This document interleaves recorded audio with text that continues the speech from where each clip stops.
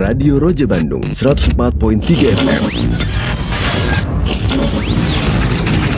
Menebar cahaya sunnah.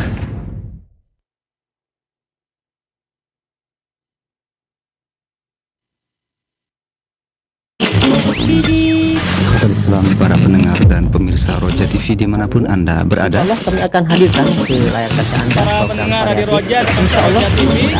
Jazakumullahu khairan bagi Anda para pemirsa Roja TV yang Dan telah sesaat lagi kami menyimak. hadirkan untuk Anda program acara kajian ilmiah secara langsung. Roja TV, saluran tilawah Al-Quran dan kajian Islam.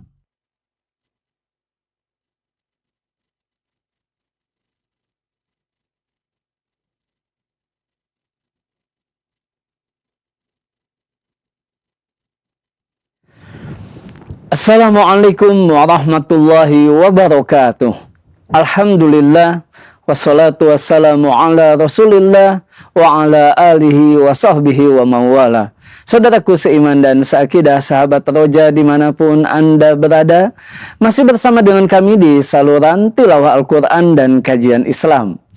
Dan di kesempatan malam hari ini, insya Allah kami akan hadirkan kembali kajian ilmiah yang kami pancarluaskan dari studio di STDI Imam Asy-Syafi'i di Jember, Jawa Timur, bersama Ustadz Dr. Syafiq bin Riza Basalamah MA Hafizahullah Ta'ala. Dan kembali di kesempatan malam hari ini kita akan mengkaji kitab penuh manfaat, kitab Al-Adabul Mufrad karya Al-Imam Al-Bukhari rahimahullahu ta'ala. Saudaraku seiman dan seakidah, kami ajak Anda untuk menyimak kajian ini, dan juga Anda dapat berpartisipasi dalam sesi tanya jawab. Anda dapat mengirimkan pertanyaan Anda melalui pesan WhatsApp di nomor 0218236543 dan juga melalui line telepon di sesi tanya jawab nanti di nomor yang sama. Baiklah, untuk selanjutnya kita akan simak nasihat dari Al-Ustadz Dr. Syafiq bin Riza Basalamah MA Hafizahullah Ta'ala. Kepada Ustadz, falyatafaddal maskuro.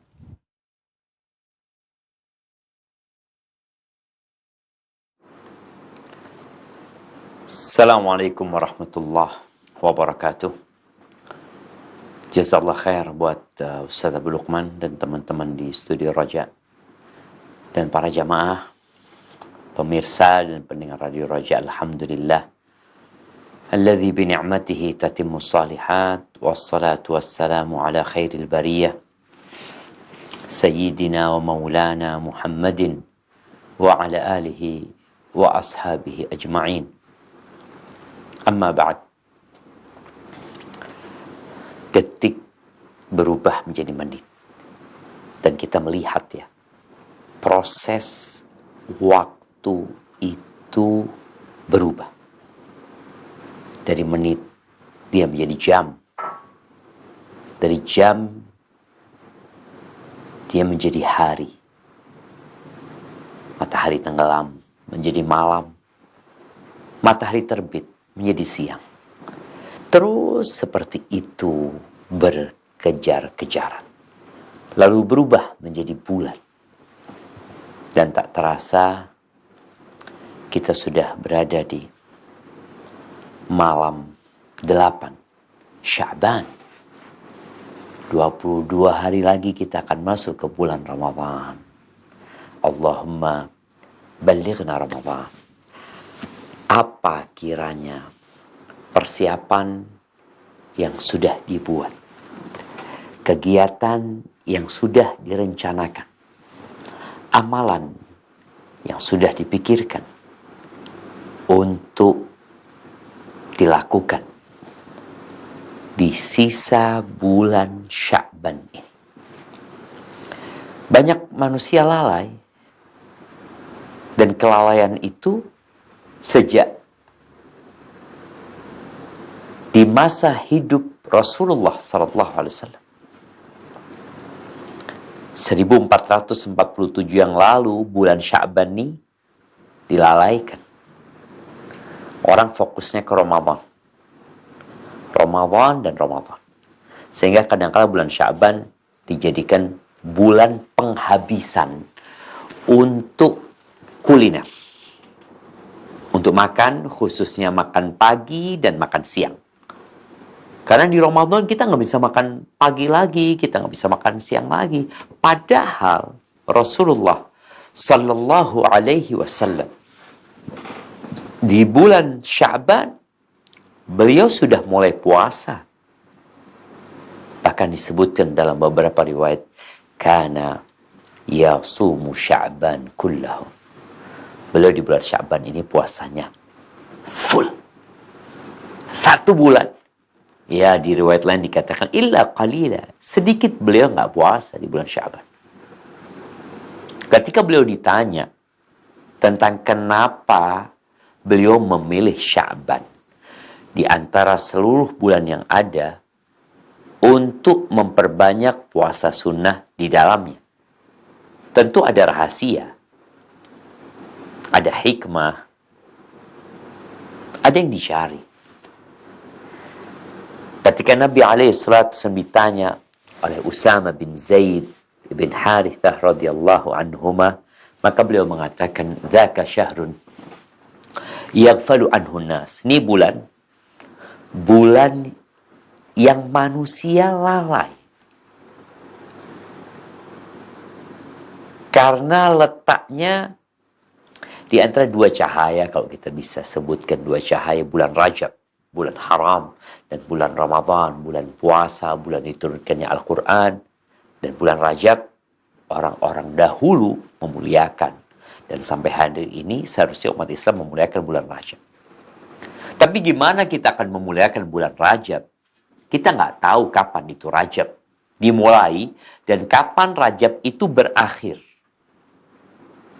Yang ada dalam benak kita Ramadan. Akhirnya yang dilalaikan umat manusia saat ini Rajab dan Sya'ban, atau boleh jadi sejak Muharram, Safar, Rabiul Awal, Rabiul Akhir, Jumadal Ula, Jumadal Akhirah, Rajab, Sya'ban, banyak dari umat Islam yang tidak menghafalnya dan tidak peduli dengannya. Kalau di masa Rasul SAW, para sahabat tidak mengenal yang namanya Januari, Februari, Maret, April, Mei, Juni, Juli, Agustus, September, Oktober, November, Desember. Mereka nggak tahu. Mereka tidak menghafalnya. Dan kita tahu bagaimana proses kalender Masehi ini, bulan-bulannya yang awalnya hanya 10 bulan, kemudian jadi 12 bulan. Itu di masa sahabat Nabi Sallallahu Alaihi Wasallam, nggak ada mereka kenal itu. Mereka nggak kenal dengan bulan-bulan itu dan tidak menghafalnya. Yang mereka hafal adalah bulan-bulan Islam, mereka lalai. Kata Nabi SAW, banyak manusia yang lalai. Padahal di bulan Sya'ban ini, turfa'u fihil a'malu ila rabbil alamin. Amalan itu diangkat, dilaporkan. Jadi ada laporan harian, ada laporan pekanan, ada laporan tahunan. Jadi sejak bulan Ramadan, Syawal, Dzulqa'dah, Dzulhijjah, Muharram, Safar, Rabiul Awal, Rabiul Akhir, Jumadal Ula, Jumadal Akhir, Rajab, Sya'ban, itu amalan 11 bulan dilaporkan di bulan Sya'ban. Lalu apa kata beliau? Sallallahu alaihi wasallam, fa uhibbu an yurfa'a amali wa ana shaim. Aku ingin amalanku diangkat dalam kondisi aku sedang puasa. Karena puasa berbeda dengan ibadah yang lainnya. Ibadah yang lain terlihat. Orang sedang sholat, kelihatan dia sedang sholat. Dari mana kau tahu dia sholat? Loh, itu gerakannya. Dia bertakbir, dia ruku, dia i'tidal, dia sujud, dia bangun dari sujudnya. Dia sholat. Tuh orang baca Quran. Dari mana kau tahu dia baca Quran? Loh, dia sedang qomat kamit. Ada yang dibuka. Dia sedang berzikir. Dia sedang umrah. Dari mana kau tahu? Oh, dia tawaf. Dia sa'i. Haji. Oh, haji. Dia wukuf ya Arafah. Dari mana kau tahu dia puasa? Dari mana ya? Dia sedang tidak makan. Emangnya setiap orang yang sedang tidak makan, itu berarti dia puasa? Enggak. Oh, kering bibirnya. Emangnya semua orang yang kering bibirnya itu tanda puasa dia? Tidak ada gerakan yang dilakukan. Tidak ada tanda yang tampak. Spesial puasa ini. Kata Nabi SAW, Kullu amal ibni Adam lahu illa as-sawm. Qala Allah Azza wa Jalla, illa as-sawm fa innahu li wa ana ajzi bihi. Wa ana ajzi bihi. Semua amalan anak Adam itu, hitungannya udah buat dia. Dia udah tahu sama hitungannya. Kecuali puasa. Sesungguhnya puasa itu milikku. Kata Allah Azza wa Jalla. Wa ana ajzi bihi. Dan aku yang akan kasih pahala. Jadi malaikat nyatetnya tanpa pahala. Yang dicatat ya amalannya dia puasa. Yang ngasih pahala siapa? Allah Azza wa Jalla. Kenapa? Yada'u ta'amahu wa syarabahu wa syahwatahu min ajli. Ini orang ninggalkan makan yang halal, yang dia butuhkan untuk kelangsungan hidupnya. Minum dia tinggalkan juga. Dia bukan IF. Apa IF? Intermittent fasting. Enggak. Minum ditinggalin sama dia. Terus syahwat dia tinggalin. Min ajli. Karena aku, kata Allah Azza wa Jalla. Maka Nabi memperbanyak puasa di bulan Sya'ban. Ingin diangkat, dilaporkan. Ada tuh puasa. Dan kalau sudah puasa, insya Allah amalan yang lainnya ikut. Karena puasa itu membuat kita meninggalkan makan dan minum. Yang halal aja ditinggalin. Kita punya waktu yang lebih panjang. Kita tidak lagi memikirkan perut dan yang di bawah perut kita. Maka di bulan Sya'ban nih, perbanyak puasa. Ajak keluarga puasa. Berapa hari? Terserah. Ini tinggal 22 hari. Boleh puasa 22 hari? Boleh. Nyambung? Boleh. Kalau mau putus-putus? Boleh. Sholat malamnya ditambah. Sholat sunnahnya ditambah. Baca Qur'annya nih. Niatlah. Sya'ban hatam Quran minimal sekali. Bisa. Kenapa nggak bisa? Imam Syafi'i Ramadan 60 kali hatam. Kita mau sekali bulan Sya'ban. Yang udah sekali di bulan Rajab, mungkin Sya'bannya 2 kali. Mungkin Sya'bannya 3 kali. Ya berusaha jemaah. Barakallahu fiik. Itu mungkin sebagai muqaddimah karena tadi waktu akan berlalu dengan cepat dan yang dikhawatirkan waktu itu pergi. Manusia panen. Kita baru mulai menanam. Kapan kita akan panen? Ahibati fillah. Kita masuk ke pembahasan Al-Adabul Mufrad. InsyaAllah kita berada di bab 450. Babu Fadlis Salam.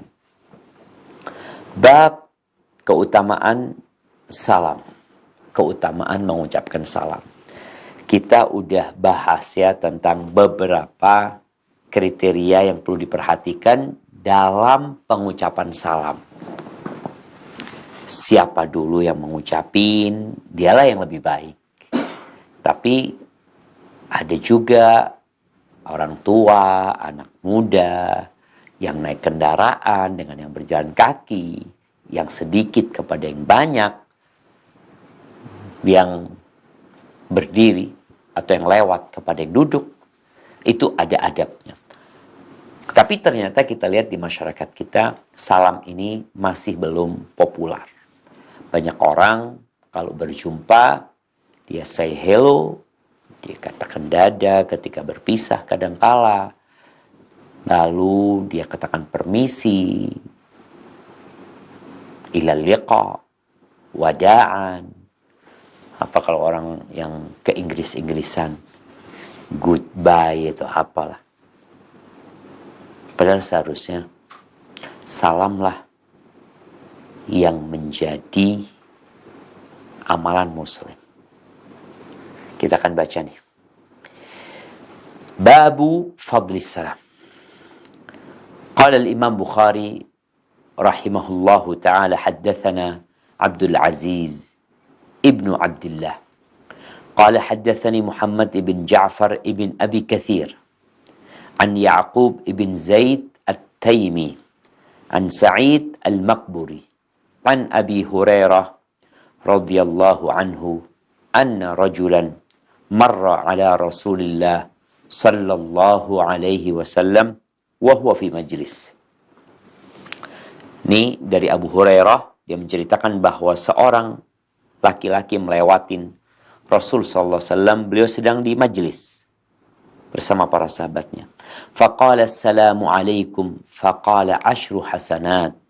Famarra rajulun akhar faqala assalamu alaikum warahmatullah faqala 20 hasanah. Famarra rajulun akhar faqala assalamu alaikum warahmatullah wabarakatuh faqala 30 hasanah. Faqama rajulun minal majlis walam yusallim. Faqala Rasulullah sallallahu alaihi wasallam ma awshaka ma nasiya sahibukum idza jaa ahadukum al-majlisa falyusallim fa in bada lahu an yajlis falyajlis wa in qama falyusallim mal'ula bi ahaqqa min al-akhirah.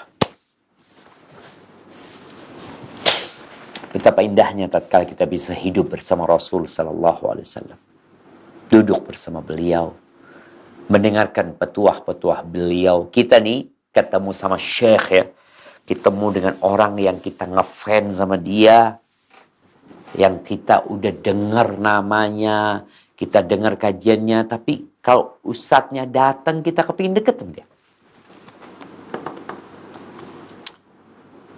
Bagaimana dengan Rasul SAW? Ini sahabat lagi duduk bersama Nabi Muhammad SAW, tahu-tahu ada orang lewat mengucapkan Assalamualaikum. Dijawab tentunya. Tapi Nabi SAW mengatakan 10 hasanat. Ini orang dapat 10 kebaikan. Kita tahu salam itu menumbuhkan cinta dan kasih sayang. Salam itu memecah keheningan, menciptakan kehangatan. Tapi juga ada pahala yang didapat oleh orang yang mengucapkan salam. Maka Nabi mengatakan alaihi salatu wassalam 10 kebaikan. Lalu lewat lagi orang lain. Lewat mengatakan Assalamualaikum warahmatullah. Lewat. Kemudian Nabi alaihi salatu wassalam mengatakan 20 hasanah. Dia dapat 20 kebaikan. Karena dia bersalam dan mengucapkan warahmatullah. Lalu datang yang ketiga, orang lain lagi mengatakan Assalamualaikum warahmatullahi wabarakatuh. Kata Nabi SAW 30 hasanah. 30 kebaikan. Kemudian lagi di majelis ada orang yang berdiri dan pergi. Nih sahabat gak mau ngucapin salam. Mungkin dia terburu-buru, mungkin dia kepikiran sesuatu, kemudian dia pergi meninggalkan majelis. Tapi yang jadi masalah, dia baru saja mendengarkan keutamaan, mendengarkan fadilah. Ini adalah pencerahan buat kita semua, bahwa ilmu itu akan berguna dan bermanfaat tatkala diamalkan. Namun tatkala ilmu itu hanya menjadi tambahan pengetahuan dan wawasan, apa gunanya? Nih sahabat berdiri nggak salam. Maka Nabi SAW mengatakan, Ma'ausyaka ma nasiya sahibukum. Nih kawan kalian lupa udah gitu loh. Cepatnya dia lupa gitu. Dan memang syaitan akan terus berhenti menghadang kita agar ilmu yang kita dapatkan tidak kita amalkan. Kalaupun diamalkan, bagaimana mengamalkannya tidak ikhlas. Maka Nabi menyebutkan, nih ya Allah cepat banget lupanya gitu loh. Baru aja disampaikan. Lalu Nabi SAW memberikan sebuah penjelasan. Idza jaa ahadukum al-majlis, apabila salah satu dari kalian mendatangi sebuah majlis, falyusallim, hendaklah dia mengucapkan salam. Assalamualaikum. Lagi lihat orang-orang kumpul, duduk. Fa in badalahu an yajlis falyajlis. Kalau dia kepingin duduk, fadhol duduk. Tapi dimulai dengan salam. Wa idza qama, kalau kemudian dia pergi dari majelis tersebut, berangkat meninggalkan tempat itu, apa kata Nabi SAW? Falyusallim. Hendak dia mengucapkan salam lagi. Datang salam, lewat salam, pergi juga salam. Sebagian kita kan enggak. Datang, Assalamualaikum. Udah, habis gitu pergi aja. Kenapa kau enggak salam? Bukan baru aja salam. Nabi memberikan penjelasan sallallahu alaihi wasallam, mal'ula bihaqqa minal akhir. Yang pertama itu bukan lebih pantas daripada yang terakhir. Artinya dua-duanya ini kedudukannya sama gitu. Jangan kau berpikir yang penting datangnya doang. Karena ketika kau pergi nggak ngucapin salam, pertama kau kehilangan pahala dan fadilah. Yang kedua, orang-orang yang berada di majelis itu merasa, atau nggak semuanya, boleh jadi menimbulkan perasaan ini gimana sih pergi nggak salam gitu. Maka usahakan kita berlomba-lomba untuk mendapatkan pahala yang tidak berat di lisan kita, hanya sekedar mengatakan Assalamualaikum. Kok kalau nggak mau panjang-panjang, udah Assalamualaikum, Assalamualaikum ya, jalan dulu jamaah. Tapi salam. Atau afwan ya, anak jalan dulu. InsyaAllah jumpa lagi besok. Nggak salam lagi. Salam.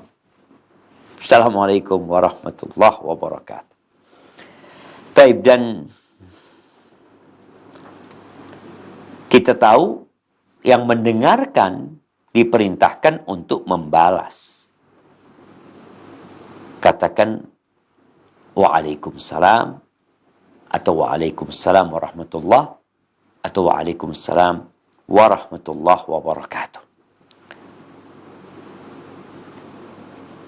Dan ahibati fillah,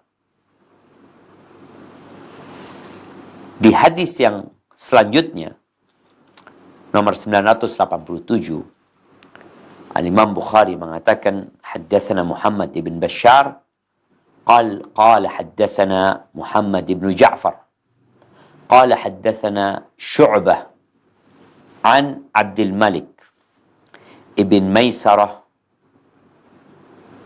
عن زيد بن وهب عن عمر قال كنت رديف أبي بكر فيمر على القوم فيقول السلام عليكم فيقولون السلام عليكم ورحمة الله ويقول السلام عليكم ورحمة الله فيقولون السلام عليكم ورحمة الله وبركاته فقال أبو بكر فضلنا الناس اليوم بزيادة كثيرة. قال الإمام بخاري حدثنا محمد بن بشار قال حدثنا يحيى بن سعيد قال حدثنا شعبة قال حدثني عبد الملك عن زيد قال حدثنا عمر مثله.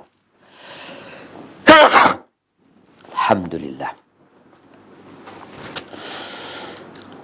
Jamaah rahimakumullah. Di hadis yang kedua ini, kalau tadi ceritanya Abu Bakar, ceritanya Nabi Muhammad SAW, ini ceritanya Abu Bakar.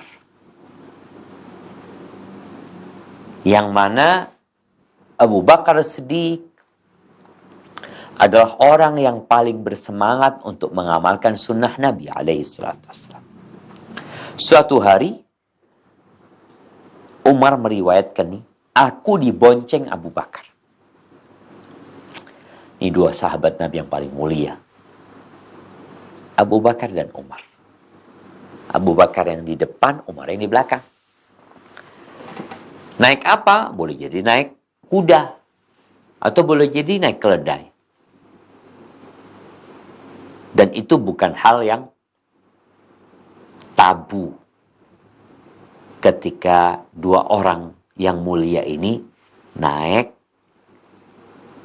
berboncengan. Walaupun mungkin saat ini di beberapa negeri udah nggak dipakai lagi kuda, kayak di Indonesia. Kalau boncengan naik apa ya? Naik motor sekarang, atau naik sepeda. Masih bisa berboncengan. Lalu Umar nih mengkisahkan kepada kita tentang Abu Bakar. Abu Bakar melewati orang-orang. Maka Abu Bakar mengatakan, Assalamualaikum. Kita tahu bahwasanya ar-rakib 'alal mashi wal maru 'alal qa'id. Orang yang berkendaraan kalau berpapasan dengan orang yang berjalan kaki, maka yang berkendaraanlah yang mengucapkan salam. Orang yang lewat berjalan kaki mengucapkan salam kepada yang duduk. Ini Abu Bakar yang berkendaraan, maka dia mengamalkan itu sunnah dengan memulai mereka dengan salam. Walaupun secara keutamaan, secara fadilah, secara kedudukan Abu Bakar lebih mulia dari semua orang tuh yang dilewatin Abu Bakar. Ini pelajaran juga buat kita semua. Kadangkala engkau bos di perusahaan, anak buahmu lagi ngetik, lagi duduk, engkau lewat, siapa yang ngucapin salam? Ya engkau yang ngucapin salam. Lu anak bos, anak pimpinan, dia anak buah, dia OB. Oke, terus siapa yang ngucapin salam? Tetap engkau yang lewat. Engkau yang berkendaraan. Kadang-kadang nih pimpinan perusahaan lewat di pos satpam. Satpamnya berdiri, security-nya berdiri, bukain pintu. Siapa yang ngucapin salam? Kadang-kadang security-nya, Assalamualaikum bos. Seharusnya yang lewat kepada yang berdiri itu. Engkau yang berkendaraan kepada yang jalan kaki. Abu Bakar ingat dia adalah yang paling mulia di antara sahabat Nabi. Radhiyallahu ta'ala anhu. Tapi dia tahu dengan sunnahnya. Maka ini yang namanya ilmu bermanfaat. Karena diamalin. Maka Abu Bakar mengatakan Assalamualaikum. Mereka jawab. Apa kata mereka? Assalamualaikum warahmatullahi. Lalu Abu Bakar mengatakan Assalamualaikum warahmatullahi. Mereka jawabannya Assalamualaikum warahmatullahi wabarakatuh. Assalamualaikum 10. Assalamualaikum warahmatullahi 20. Assalamualaikum warahmatullahi wabarakatuh 30. Melihat orang-orang selalu menambah, tentunya mereka mendapatkan kemuliaan yang lebih banyak. Maka Abu Bakar menyampaikan kepada Umar, hari ini nih orang-orang telah lebih utama dari kita dengan tambahan yang banyak.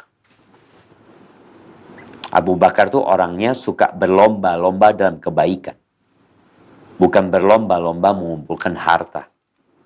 Jadi tatkala dia mendapati orang dengan amalan yang lebih utama, maka ada perasaan, ya Allah, ya gimana sih? Dia sholatnya lebih banyak. Dia fadilahnya lebih banyak. Perasaan ini membuat seorang muslim berlomba-lomba untuk mendapatkan yang lebih baik. Baik, kemudian di hadis selanjutnya nomor 988, Al-Imam Bukhari mengatakan haddatsana Ishaq qala akhbarana Abdus Samad qala haddatsana Hammad bin Salamah an Suhail ibn Abi Salih an abihi an Aisyah radhiyallahu ta'ala anha an Rasulillah sallallahu alaihi wasallam qala ma hasadakumul yahud ala syai'in ma hasadukum ala salami wat ta'min. Nih dari Aisyah radhiyallahu ta'ala anha yang meriwayatkan dari Rasulullah sallallahu alaihi wasallam menceritakan tentang keutamaan salam dan bagaimana orang-orang Yahudi memandang salam. Yahudi itu nggak pernah hasad kepada kalian seperti hasadnya mereka terhadap salam dan ucapan amin. Artinya, Yahudi ini adalah makhluk Allah yang paling hasad. Hasad ketika Allah memberikan keutamaan kepada orang lain, kelebihan kepada orang lain. Dan mereka tahu dengan kebenaran Nabi Muhammad sallallahu alaihi wasallam dan kebenaran ajaran Islam. Bahkan mereka tahu detailnya beberapa ajaran Islam, salah satunya masalah salam dan amin.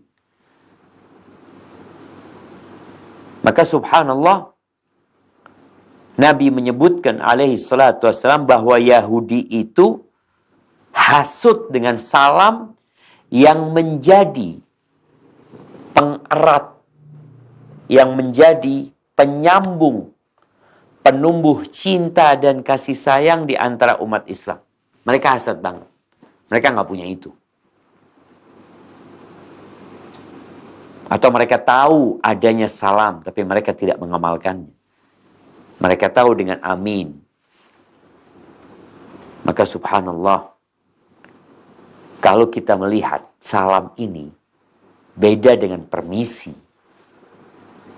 beda dengan kulonun, nuwun sewu, numpang lewat, selamat pagi, selamat sore, beda. Salam ini mengandung banyak keutamaan dan fadilah. Assalamualaikum. Apa artinya? Doa agar Allah menyelamatkan orang ini dari segala mara bahaya, penyakit, dari musuh, dari lawan, dari bencana, dari petaka. Assalamualaikum. Doa minta kepada Allah assalam atas kalian, supaya hidup kalian selamat. Bukan selamat pagi, enggak, assalamualaikum. Kemudian warahmatullah, setelah didoakan selamat, dimintakan rahmat. Engkau selamat nih, ada orang selamat, tapi nggak dapat apa-apa, selamat doang. Dikasih rahmat sama Allah, dikasih kasih sayang sama Allah subhanahu wa ta'ala. Ya Allah, Allah itu ar-Rahmanir Rahim. Gimana ketika antum dapat rahmat Allah? Kemudian wabarakatuh, berkah. Dikasih selamat, dikasih rahmat, segala kebaikan diberikan kepadamu. Kemudian bagaimana dikasih berkah, kebaikan yang tumbuh, berkembang, bertambah buat engkau. Jadi kalimat ini benar-benar kalimat yang mengandung makna mendalam, yang penuh dengan doa kebaikan. Siapa yang punya? Umat Islam. Kita lihat hari ini gimana orang Yahudi ucapkan salam. Salam aja mungkin. Bagaimana Nasara mengucapkan salam. Dan bagaimana umat Islam mengucapkan salam. Kalau mau lihat mana yang lebih baik, mana yang lebih utama, mana yang lebih banyak kebaikannya, silakan dikaji. Assalamualaikum warahmatullahi wabarakatuh. Dengan selamat pagi, dengan apalah, salam sejahtera, atau banyaklah salam-salam yang dibuat oleh agama-agama ini yang merupakan bid'ah sebenarnya. Karena Nabi Adam alaihissalam yang diajarin salam oleh Allah Azza wa Jal adalah assalamualaikum. Tapi buat takmin, Yahudi itu hasut dengan aminnya umat Islam. Kenapa? Ya, dalam doa-doa yang dipimpin oleh imam, di mana makmum mengaminkan. Ketika sholat juga, ghairil maghdubi alaihim waladhdallin. Lalu imamnya mengatakan amin dan makmumnya mengatakan amin. Barang siapa yang aminnya membersamai aminnya malaikat, dosanya akan diampuni. Dan Rasul sallallahu alaihi wasallam kadangkala beliau berdoa.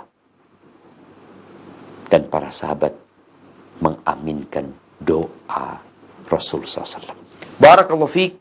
Itu yang dapat kita kaji pada kesempatan kali ini. Maka tebarkan salam, raih pahala, bikin marah Yahudi karena umat Islam menyebarkan salam.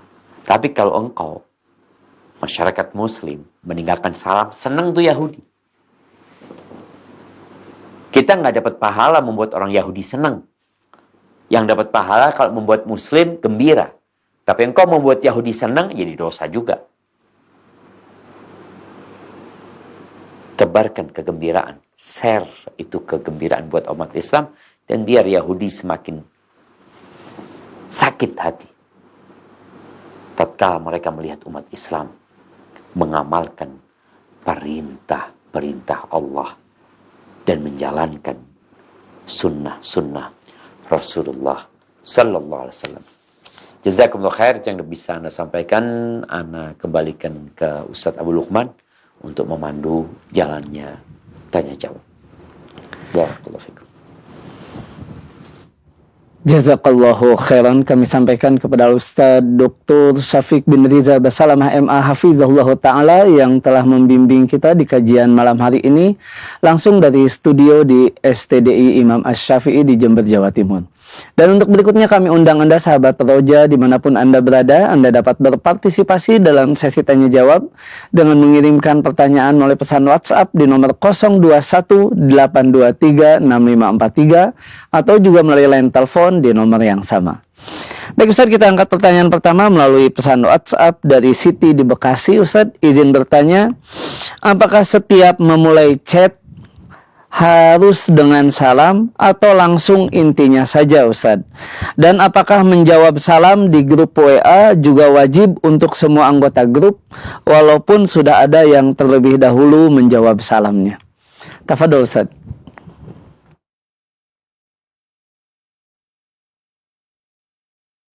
Masya Allah. Barakallahu fiik. Naam, ahibati fillah.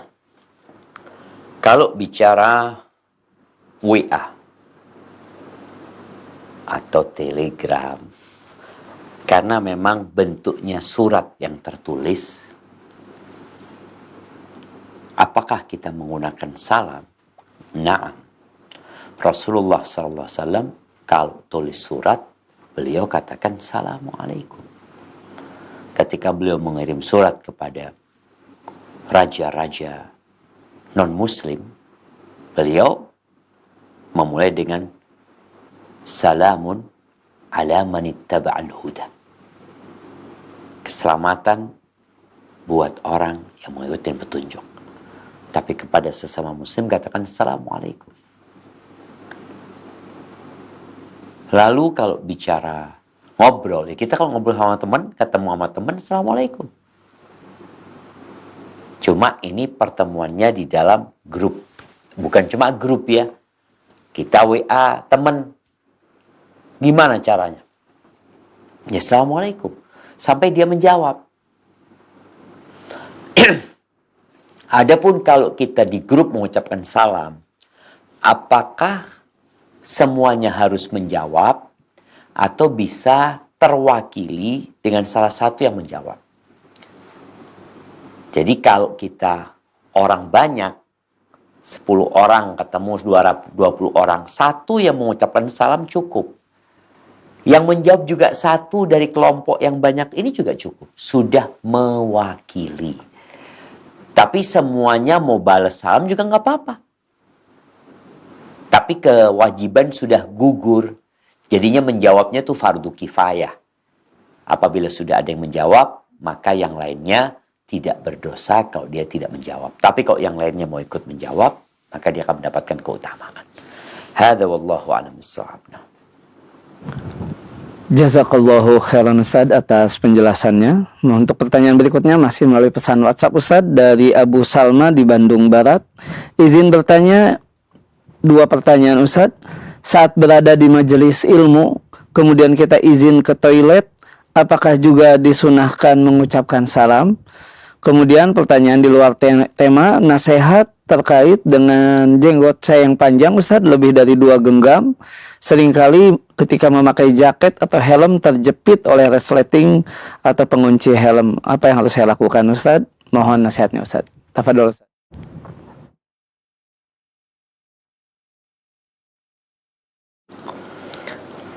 Barakallahu fiik. Ketika seorang di majelis kemudian dia izin untuk keluar, seperti yang disebutkan Nabi SAW tadi, ketika seorang hendak pergi dari majelis tersebut, maka dia mengucapkan salam lagi, karena dia sudah pergi. Sebagaimana para sahabat Nabi apabila mereka dipisahkan oleh tembok atau oleh pohon, kemudian mereka berjumpa lagi, mereka mengucapkan salam. Jadi ketika pergi, keluar, ya seharusnya dia mengucapkan salam. Kemudian, kalau bicara, apa pertanyaan yang kedua tadi, kok lupa? Ya, jenggotnya tadi ya. Ketika seorang yang jenggotnya lebih dari 1 genggam. Jadi bicara jenggot ini, kapan sih diperbolehkan untuk dipotong? Sebagian ulama mengikuti pendapat Abdullah bin Umar bin Khattab. Mereka berpendapat 1 genggam itu sudah boleh dipotong. Jadi kalau 1 genggam nih ya, anak pegang punya anak, ini lebihnya nih, lebihnya ini sudah boleh dipotong. Jadi nggak harus dia panjang, dibiarkan seperti itu. Karena Abdullah bin Umar bin Khattab biasanya melakukan hal tersebut. Ketika jenggotnya lebih dari 1 genggam, maka dirapikan, dikurangin, sehingga tetap 1 genggam. Jadi insya Allah nggak ada masalah buat teman-teman yang, bahkan sebagian ulama seperti Syekh Albani beranggapan sunnahnya seperti itu. Jadi tidak dibiarkan terburai panjang, tapi setelah 1 genggam, boleh dirapikan. Jadi nggak harus sebenarnya, tapi pendapat Ibnu Umayyah itulah sunnahnya seperti itu. Jadi tidak dibiarkan panjang sampai ke pangkuannya umpamanya, walaupun ada pendapat sebagian ulama yang menyatakan bahwasanya hadis Nabi SAW a'ful liha, artinya biarkan jenggot. Jadi biarin, nggak usah diapa-apain, tinggal dirawat aja, tapi tidak dipotong. Hadza wallahu a'lam bishawab. Jazakallahu khairan Ustadz atas penjelasan dan nasihatnya. Untuk berikutnya Ustadz, kita akan angkat penanya melalui line telepon. Kami persilahkan. Halo. Iya, silakan. Silakan, mau nanya apa? Assalamualaikum Pak Ustaz, nanya. Waalaikumsalam warahmatullahi wabarakatuh. Dengan siapa di mana Bapak? Saya dari Tangerang, Kota Bumi. Baik. Nama saya Meki. Baik, silakan Pak. Ingin menanyakan, kalau kita berhadas besar, itu rambutnya rontok, katanya gimana itu, dicuci lagi, apa dibiarin aja ya? Itu aja. Baik. Itu saja Bapak. Jazakallahu khairan. Dulu. Baik, tafadhol Ustaz.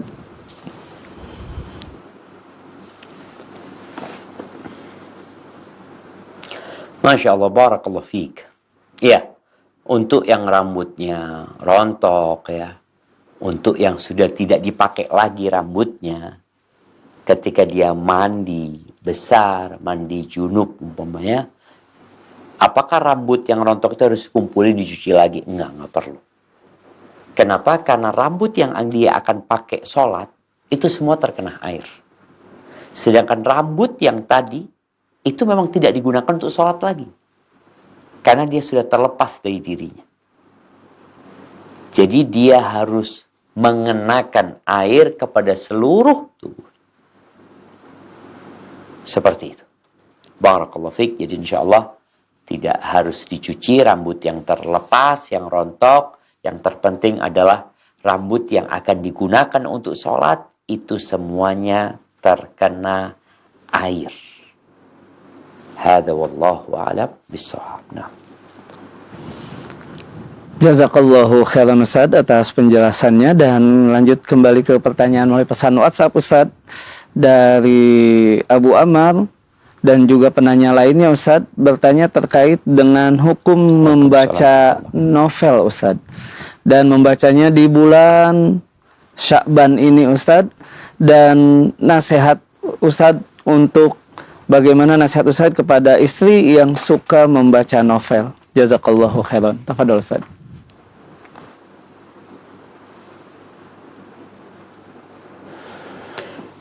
Masya Allah. Barakallahu fiik ya. Berkaitan dengan novel. Novel ini ada cerita fiksi yang berdasarkan realita, ada yang memang benar-benar fiksi. Artinya nggak real ceritanya. Bohong, dibuat-buat. Di sini ada dua pendapat para ulama. Ada yang melarang dan ada yang memperbolehkan apabila isinya baik, menginspirasi, dan sejak awal disebutkan. Ini cerita fiktif tadi. Yang tujuannya hanya untuk memberikan pelajaran. Bukan cerita yang dibuat-buat hanya untuk menghabiskan waktu tanpa ada manfaat. Jadi lebih kepada permisalan. Apabila seorang membaca, ini menurut pendapat yang membolehkan ya. Apabila seorang membaca tadi novel yang bermanfaat, umpamanya yang dia dapat mengambil pelajaran dari sana, dan pelajaran yang dititipkan atau disisipkan di novel ini biasanya akan mempengaruhi alam sadar seseorang. Oleh karena itu, film tuh, dulu kan novel, sekarang jadi film. Orang nonton. Apa sih yang dia tonton? Bisakah dia menyimpulkan pelajaran yang disampaikan? Atau sekedar tontonan itu hanya untuk menyenangkan, untuk membuat dopamin dia merasakan kenyamanan gitu ya. Di bulan Sya'ban yang seharusnya bulan ini bulan diangkatnya amalan, ternyata dalam catatannya baca novel. Ternyata novelnya nggak bermanfaat. Ternyata novelnya bahkan membuat dia tidak bersyukur kepada Allah. Ternyata akhirnya laporan itu jadi merah. Yang Nabi SAW fokus beliau membaca Al-Quran, fokus berpuasa, memperbanyak baca Al-Quran, amal soleh yang lainnya. Ini orang malah baca novel. Maka nasihat anak yang biasa hidup scrolling, yang baca novel, diganti nih di bulan Sya'ban, engkau baca Quran. Engkau butuh cerita, ada banyak cerita di situ. Engkau butuh pelajaran, ada banyak pelajaran di situ. Engkau butuh kasih sayang, ada banyak kasih sayang di situ. Hadza wallahu a'lam bissawab. Jazakallahu khairan Ustaz atas penjelasannya, dan tampaknya pertanyaan tadi menjadi penutup untuk sesi tanya jawab kita di kesempatan malam hari ini. Tafadhol ikhtitam dari antum Ustaz.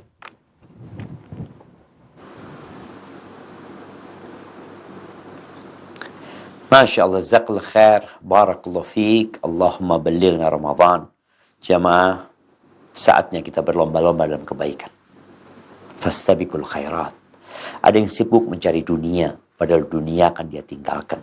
Ada yang sibuk menumpuk harta, padahal harta juga akan dia tinggalkan. Yang akan mendampingi dia, malah dia abaikan. Yadba'ul mayyit thalath, yang mengantarkan mayit ke kuburan tiga. Keluarganya, hartanya, dan amalnya. Lalu keluarganya pulang. Hartanya pulang, dibagikan kepada keluarga, dan engkau hanya bersama amalmu. Ini kesempatan. Kita akan menghadapi bulan Ramadan. Kalau engkau tidak punya persiapan yang matang di sini, maka yakinlah, Ramadan kau akan ngos-ngosan untuk mengejar orang-orang yang telah latihan di bulan Sya'ban. Kita dapat melihat orang yang berlari dan dia sudah latihan dengan orang yang hari itu adalah awal dia lari. Bagaimana kondisinya? Tentunya sangat berbeda. Berdoalah memohon kepada Allah agar ilmu yang didapat bermanfaat, dan semoga Allah memberikan kekuatan kepada kita untuk menyambut bulan Ramadan. Bertobatlah kepada Allah. Karena dosa juga membuat kita malas beribadah. Sampai berjumpa kembali. Semoga senantiasa dalam lindungan ilahi. Ana mohon undur diri. Wassalamualaikum warahmatullahi wabarakatuh. Waalaikumsalam warahmatullahi wabarakatuh. Kami ucapkan jazakallahu khairan kepada Ustaz Dr. Syafiq bin Riza Basalamah MA Hafizahullah Ta'ala yang telah membimbing kita di kajian malam hari ini dan juga dalam sesi tanya jawab. Dan kami ucapkan pula jazakumullahu khairan untuk Anda sahabat Roja dimanapun Anda berada. Semoga kebersamaan kita di malam hari ini mendatangkan ilmu yang bermanfaat yang akan menuntun amal-amal kita menuju amal-amal yang soleh. Dan kami mohon maaf atas banyaknya pertanyaan yang belum bisa kita angkat di kesempatan malam hari ini. Semoga Allah pertemukan kita kembali di kajian-kajian berikutnya, khususnya bersama Ustaz Dr. Syafiq bin Riza Basalamah MA Hafizahullah Ta'ala di setiap hari Senin malam pukul 8 malam waktu Indonesia bagian Barat sampai dengan selesai. Kami dari studio undur diri. Wassalamualaikum warahmatullahi wabarakatuh.